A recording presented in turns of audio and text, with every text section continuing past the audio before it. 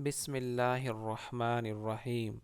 इस वीडियो के अंदर आज हम पढ़ेंगे जी HR schema. What is HR schema? HR schema पढ़ने से पहले हम थोड़ा सा स्कीमास के बारे में पढ़ लें कि स्कीमास क्या होते हैं जी। स्कीमास की डेफिनेशन के अंदर पहली डेफिनेशन है जी logical container for data structure. जो डेटा स्ट्रक्चर आपका उसके लिए लॉजिकल कंटेनर्स होते हैं। लॉजिकल क्या होता है जी? एक फिजिकल है और एक लॉजिकल है। फिजिकल मीन जो आपके जो ऑपरेटिंग सिस्टम है, जैसे आपका विंडोज़ है, यूनिक्स लिनक्स है, और इसकी जो ऑपरेटिंग सिस्टम लेवल के ऊपर आपकी कोई भी ड्राइव शो हो रही हो, या आपकी फोल्डर शो हो रहा हो, या कोई फाइल शो हो रही हो, तो उसको हम फिज़िकल कहते हैं। और जो फिज़िकली शो ना हो रहा हो, जैसे टेबल्स हैं, टेबल स्पेसेस हैं, व्यूज़ हैं, इंडेक्सेस हैं, ये सारी चीज़ें हम पढ़ेंगे। इसको हम क्या कहते हैं जी? ये डिफरेंट ऑब्जेक्ट्स हैं और ये लॉजिकली इसके अंदर है। इसको हम ऑपरेटिंग सिस्टम लेवल के ऊपर नहीं देख सकते। ये उसका कंटेनर होता है स्कीमा। इसी तरह से कलेक्शन ऑफ ऑब्जेक्ट्स, ये जितने भी ऑब्जेक्ट्स हैं, ये टेबल्स, लॉजिकल ऑब्जेक्ट्स, ये टेबल स्पेसेस, ये व्यूज़, इसी तरह से इंडेक्सेस, इन सब का ये एक कलेक्शन होता है स्कीमास। अब जो क्वेश्चन राइज होता है कि क्यों ये स्कीमास क्यों बनाए जाते हैं, क्यों हम स्कीमास बनाते हैं, और ये क्या चीज़ है? तो स्कीमा क्या होता है जी? नेम कोलिजन से बचने के लिए होता है। जैसे आपके पास एक डेटाबेस है, इस डेटाबेस के अंदर एक यूज़र ने एम्प्लॉइज टेबल बना दिया, डिपार्टमेंट्स बना दिया, कंट्रीज़ बना दिया। इसी तरह से दूसरा, ये दो यूज़र हैं आपके पास, एक HR एक सुहेल। HR ने ये 3 टेबल्स बना दिए। क्या वो सुहेल यूज़र भी ये तीनों टेबल्स बना सकता है? जैसे एम्प्लॉइज़ है, डिपार्टमेंट्स है, कंट्रीज़ है। तो जी हाँ, बना सकता है। डेटाबेस के अंदर जो टेबल HR बनाएगा उसका फुल नेम होगा HR.एम्प्लॉइज़। इसी तरह से जो HR डिपार्टमेंट टेबल बनाएगा वो उसका नाम होगा HR.डिपार्टमेंट्स। इसी तरह से HR.कंट्रीज़। और सेम जो सुहेल यूज़र तीनों टेबल बनाएगा उनके नाम होंगे सुहेल.एम्प्लॉइज़, सुहेल.डिपार्टमेंट, सुहेल.कंट्रीज़। सेम नेम बना सकता है, नेम कोलेशन नहीं होगी अगर आपका ये अलग-अलग दोनों स्कीमास हैं। अब जी यहाँ पे आप देखें कि आप ये जो HR यूज़र है, इसके अंडर में ये इसने 3 टेबल्स बनाए, एक एम्प्लॉइज़, एक डिपार्टमेंट, एक कंट्रीज़। तो इसका नेम HR.एम्प्लॉइज़, HR.डिपार्टमेंट, HR.कंट्रीज़ है। इसी तरह से सेम सुहेल यूज़र ने भी 3 टेबल्स बनाया, तो ये आपस में नेम कोलिशन नहीं होगा। कोई और भी ऑब्जेक्ट आपको, ये तो 3 टेबल्स बनाए, इसी तरह से 3 आप व्यूज़ बना सकते हैं, 3 से इसी नेम से जो आप HR के अंदर आप इंडेक्स बनाते हैं सेम नेम से, और उसी सेम नेम से आप सुहेल के अंदर भी इंडेक्स और व्यूज़ बना सकते हैं, और बाकी ऑब्जेक्ट्स भी बना सकते हैं। अब ये क्वेश्चन आपके जहन के अंदर अब आएगा कि ये जो HR है, क्या ये यूज़र है या HR स्कीमा है? जितने भी आप यूज़र क्रिएट करते हैं और उसके अंदर ऑब्जेक्ट्स क्रिएट करते हैं, वो उसके ऑब्जेक्ट्स जो हैं वो उसका एक स्कीमास होता है। हाँ, अगर कोई यूज़र ऑब्जेक्ट्स क्रिएट नहीं कर सकता, उसके पास ये पावर्स नहीं है या ये प्रिविलेजेस नहीं है कि वो नए ऑब्जेक्ट्स क्रिएट कर सके, या उसके पास कोई ऑब्जेक्ट्स हों उसने क्रिएट किए हों, तो फिर वो सिर्फ यूज़र होगा, वो स्कीमास नहीं होगा। नॉर्मली जितने भी यूज़र्स होते हैं वो उसका स्कीमास भी होते हैं। जैसे HR यूज़र है तो HR स्कीमा भी इसके अंदर लाजमी होगा। सुहेल यूज़र है और सुहेल स्कीमास भी इसके अंदर होगा। जिस वक्त आप डेटाबेस ये इंस्टॉल करते हैं तो इसके साथ कुछ बाय डिफ़ॉल्ट सिंपल स्कीमास इसके अंदर आप इंस्टॉल कर सकते हैं। जब DBCA डेटाबेस कॉन्फ़िगरेशन असिस्टेंट आप रन करते हैं इसके ऊपर, तो साथ ही वो पूछता है कि आपने सिंपल स्कीमास करने हैं कि नहीं करने हैं। तो ये HR यूज़र इसके अंदर बाय डिफ़ॉल्ट बना होता है, और HR यूज़र्स का स्कीमा भी इसके अंदर कुछ ऑब्जेक्ट्स, और उस ऑब्जेक्ट्स के अंदर जितने भी टेबल्स हैं, टेबल्स के अंदर डेटा भी इसके अंदर अवेलेबल होता है।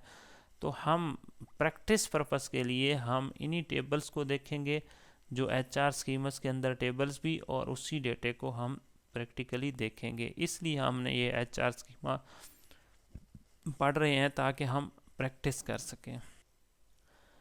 HR स्कीमा के अंदर ये टेबल्स हैं जी आपके सामने। ये एम्प्लॉइज़ टेबल इसके अंदर है एक, और इसी तरह से जॉब्स का है, जॉब हिस्ट्री का है, डिपार्टमेंट्स का है, लोकेशंस का है, कंट्रीज़ का है, और रीजन का है। ये सारे टेबल आपस में इनका कोई ना कोई रिलेशन है, जैसे फॉरेन की और प्राइमरी की का रिलेशन इनके दरमियान में है। ये प्राइमरी की है जॉब आईडी, और इसके अंदर एम्प्लॉइज़ के अंदर ये जॉब आईडी फॉरेन की है। ये फॉरेन की और प्राइमरी की का जो रिलेशन है ये हम आगे पढ़ेंगे, ये आपस में इंटर रिलेटेड हैं। और इनके अंदर ये टेबल्स हैं, ये ओरेकल ने सैम्पल प्रोवाइड किए हुए हैं, इसके ऊपर हम वर्किंग करेंगे। जितनी भी प्रैक्टिस करेंगे हम इन्हीं टेबल्स पे करेंगे। हाँ जी, थोड़ा प्रैक्टिकली देखते हैं इस HR स्कीमा को कि HR स्कीमा के अंदर क्या कौन से टेबल्स हैं, कौन सा डेटा इसके अंदर अवेलेबल है आपके पास। आप HR यूज़र के साथ लास्ट टाइम हम कनेक्ट हुए थे SQL डेवलपर के थ्रू, तो इसके राइट साइड पे ये कनेक्शन के साथ प्लस का साइन था, इसको आप क्लिक करें और ये इसके अंदर ये टेबल्स हैं जो अवेलेबल हैं। अभी हम जो देख रहे थे countries, departments, employees, job history, job location और रीजन, और इसके अंदर डेटा आपने देखना था, वो ये डेटा अवेलेबल है कंट्रीज़ के अंदर, ये डिपार्टमेंट्स के अंदर, इसी तरह से इनके अंदर डेटा अवेलेबल है। और अगर आप यहाँ से देखना चाहते हैं तो यहाँ से भी देख सकते हैं, सेलेक्ट स्टैटिक फ्रॉम टैब। इस क्यूरी को रन करेंगे तो आपके पास जो टेबल्स और व्यूज़ हैं वो आपके पास लिस्ट आ जाएगी।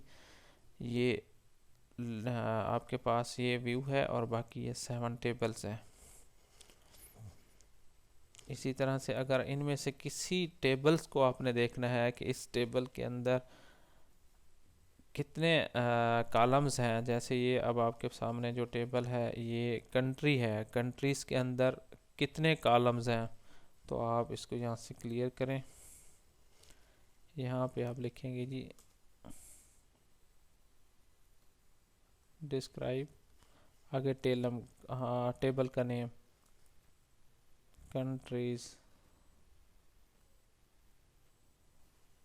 इसको आप रन करें तो ये जो कंट्रीज टेबल है उसके अंदर ये 3 है, कंट्री आईडी, कंट्री नेम और रीजन आईडी, ये 3 इसके अंदर कॉलम है। आए जी, अब हम SQL प्लस के थ्रू भी HR स्कीमा के साथ कनेक्ट होते हैं। कमांड प्रॉम्प्ट पे चले जाएं जी, यहाँ पे आप टाइप करें SQL plus HR schema, user name password HR है दोनों। SQL प्लस के ऊपर आपने जी कनेक्ट होने के बाद सबसे पहले सेलेक्ट स्टैटिक फ्रॉम टैब, जितने भी टेबल्स और व्यूज़ हैं इसके अंदर उसकी लिस्ट आ जाएगी आपके। 8 रिकॉर्ड्स हैं इसके अंदर, countries, departments, employees, employee detail view, ये व्यू है, और जॉब हिस्ट्री, लोकेशन और रीजन्स। अब कंट्रीज़ को हम देखते हैं जी, कंट्रीज़ को उसके लिए आप सेलेक्ट स्टैटिक फ्रॉम कंट्रीज़, ये इसके अंदर डेटा है, 25 रिकॉर्ड्स हैं इसके अंदर। अगर आप इसके कॉलम्स देखना चाहते हैं तो डिस्क्राइब या पूरा लिख दें या शॉर्ट फॉर्म में डिस्क्राइब कंट्रीज़,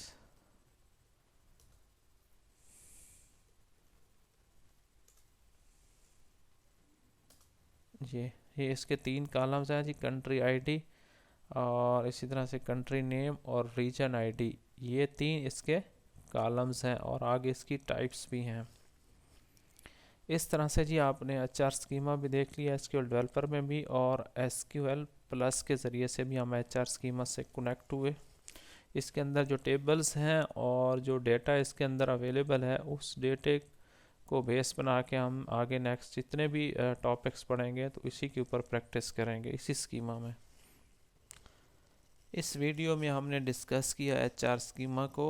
अब जो नेक्स्ट वीडियो है उसके अंदर हम SQL का जो कोर्स आउटलाइन है उसको हम थोड़ा सा डिस्कस करेंगे, और फिर उसके बाद नेक्स्ट हम उस कोर्स को कंटिन्यू करेंगे। सेलेक्ट स्टेटमेंट हमारा पहला टॉपिक होगा, नेक्स्ट वीडियो सेलेक्ट स्टेटमेंट की होगी, और उससे पहले थोड़ा सा कोर्स आउटलाइन। आखिर में मेरी आप सब दोस्तों से रिक्वेस्ट है कि मेरे इस चैनल को ज़रूर सब्सक्राइब कीजिए ताकि मेरी आने वाली हर नई वीडियो आप तक पहुंच सके, और मेरी कोशिश होगी कि हर इतवार को एक नई वीडियो अपलोड करूं।